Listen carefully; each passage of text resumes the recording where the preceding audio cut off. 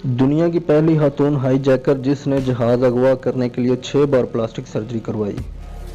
दुनिया के मुश्किल तरीन कामों में से एक काम हाईजैकिंग है, जिसमें किसी भी मुल्क का त्यारा अगवा करना और इसके ज़रिए अपने मुतालबात मनवाना होते हैं। हाईजैकिंग जैसे जुर्म में अव्वल तो किसी खातून का मुलव्वस होना ही हैरत की बात है, लेकिन किसी नौजवान लड़की का जहाज़ हाईजैक करना, फिर प्लास्टिक सर्जरी से अपनी शक्ल तब्दील करवाना और एक बार फिर हाईजैकिंग करना, ये तो यकीनन ऐसी हैरानकुन कहानी है जो फिल्मी लगती है। लेकिन दुनिया में ये वाहिद मिसाल फ़लस्तीनी खातून लैला खालिद की है, जिसने एक नहीं 2 बार जहाज़ हाईजैक किया।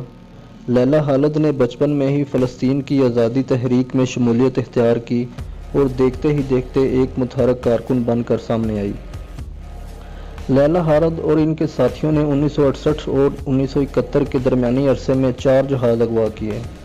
फ़लस्तीन लिबरेशन फ्रंट में शमूलियत इख्तियार के बाद लैला खालिद ने पहला जहाज़ 29 अगस्त 1969 को अगवा किया। ये बोइंग त्यारा 707 था। ये जहाज़ इटली से इसराइल के दारहुकूमत तल अबीब जा रहा था। इत्तला ये थी कि इसराइल के वज़ीर-ए-आज़म इत्हाक राबिन भी इस फ़्लाइट के मुसाफिर में शामिल हैं। जहाज़ एशिया की फ़ज़ाई हदूद में दाखिल होते ही एक नकाबपोश खातून ने जहाज़ का कंट्रोल अपने हाथ में ले लिया। इसने पायलट को हुक्म दिया कि फ़लस्तीन शहर हिफ़ा के ऊपर से परवाज़ करते हुए जहाज़ का रुख दमिश्क की तरफ मोड़ दो। चनाते दमिश्क जाने से पहले ही अपनी जाए पैदाइश वतन मालूफ हिफ़ा को देखना चाहती हूँ। खातून और इसके साथी बमों से मुसल्लह थे। पायलट ने हुक्म की तामील की, जहाज़ दमिश्क में उतार लिया गया। मुसाफिरों को यरगमाल बनाकर फ़लस्तीन की आज़ादी का मुतालबा किया गया। पूरी दुनिया की तवज्जो फ़लस्तीनियों पर सहूनी मज़ालिम की तरफ मबज़ूल हुई। मुज़ाकरात के बाद इसराइली जेलों में फ़लस्तीन कैदियों की रिहाई और हाईजैकरों की बेहिफाज़त वापसी की शराइत पर तमाम यरगमालियों को रहा कर दिया गया। दुनिया भर के टेलीविज़न चैनलों और अखबार इतने लैला खालिद के इंटरव्यू नशर और शाया किए, वो आलम इस्लाम की आंख का तारा बन गई। इनकी तस्वीरों को इतनी शोहरत मिली जो इससे पहले किसी मुसलमान खातून को नहीं मिली थी। मकबूलियत का ये हाल था कि यूरोप में रहने वाली लड़कियों ने इसके स्टाइल को बालों से लेकर स्कार्फ और लैला जो अंगूठी पहनती थी अपनाया। इसके हाथ में अंगूठी हुआ करती थी जिसमें कोई पत्थर नहीं, गोली जुड़ी हुई थी।